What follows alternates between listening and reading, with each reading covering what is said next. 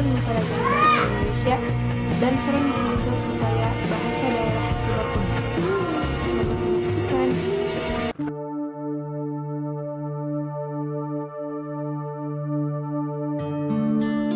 Sejarah bahasa Indonesia adalah merupakan bahasa resmi dan bahasa persatuan Indonesia. Namun, sejarah bahasa Indonesia sebenarnya sangatlah kompleks dan berasal dari berbagai bahasa dan budaya yang berbeda. Asal-usul bahasa Indonesia adalah bahasa Melayu yang merupakan bahasa asli yang digunakan oleh orang Melayu yang mendiami wilayah Indonesia, Malaysia, Singapura, dan Brunei. Bahasa Melayu ini merupakan bagian dari keluarga bahasa Austronesia yang berasal dari Taiwan. Bahasa Melayu ini digunakan di wilayah Indonesia pada abad ke-7 oleh pedagang dan pelaut yang datang dari India, Arab, dan Tiongkok. Pada abad ke-13, kerajaan Islam mulai muncul di wilayah Indonesia. Bahasa Arab digunakan sebagai bahasa agama, sementara bahasa Melayu menjadi bahasa umum yang digunakan oleh rakyat jelata. Selama masa penjajahan, bahasa Melayu dipengaruhi oleh bahasa Belanda, sehingga muncullah bahasa Melayu Kasar yang merupakan bahasa campuran antara bahasa Melayu dan bahasa Belanda. Pada awal abad ke-20, gerakan nasionalisme mulai muncul di Indonesia. Salah satu tokoh penting dalam gerakan ini adalah Soekarno, yang kemudian jadi presiden pertama Indonesia. Soekarno memperjuangkan penggunaan bahasa Indonesia sebagai bahasa nasional dan bahasa persatuan Indonesia.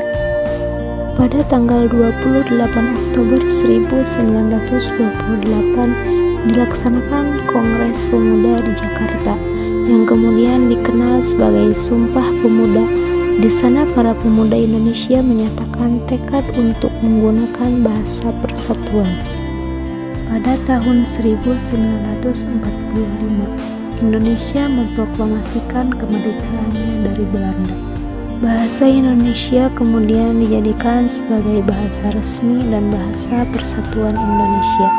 Bahasa Indonesia dipilih karena bahasa ini dianggap paling cocok untuk menjadi bahasa persatuan, karena pengaruhnya sudah sangat merata di seluruh Indonesia dan tidak terlalu berkaitan dengan budaya atau suku tertentu.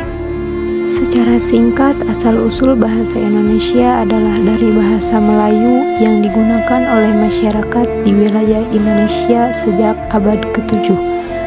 Bahasa Melayu kemudian dipengaruhi oleh bahasa Arab dan bahasa Belanda, dan kemudian disempurnakan menjadi bahasa Indonesia pada masa kemerdekaan Indonesia.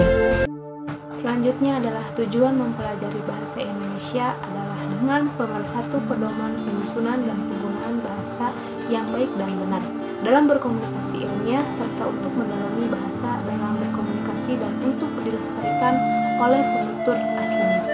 Contohnya di dalam kehidupan sehari-hari adalah dengan memahami dan dapat berkomunikasi dengan baik dalam kehidupan sehari-hari di lingkungan yang menggunakan bahasa Indonesia. Dan yang ketiga di sini adalah peran mahasiswa supaya bahasa daerah tidak punah. Mungkin Anda bertanya-tanya, apalagi sih belajar bahasa Indonesia di perguruan tinggi? Padahal ketika SD, SMP, SMK, Anda semua sudah mempelajarinya. Nah, pentingnya kita dalam menjaga bahasa daerah supaya tidak cepat punah adalah dengan cara aktif menggunakannya dalam kehidupan sehari-hari, mengikuti kegiatan budaya, serta terlibat dalam proyek-proyek pengembangan dan dokumentasi bahasa daerah. Selain itu, kita dapat menjaga agen perubahan dengan menyosialisasikan pentingnya melestarikan bahasa daerah di lingkungan kampus dan di masyarakat.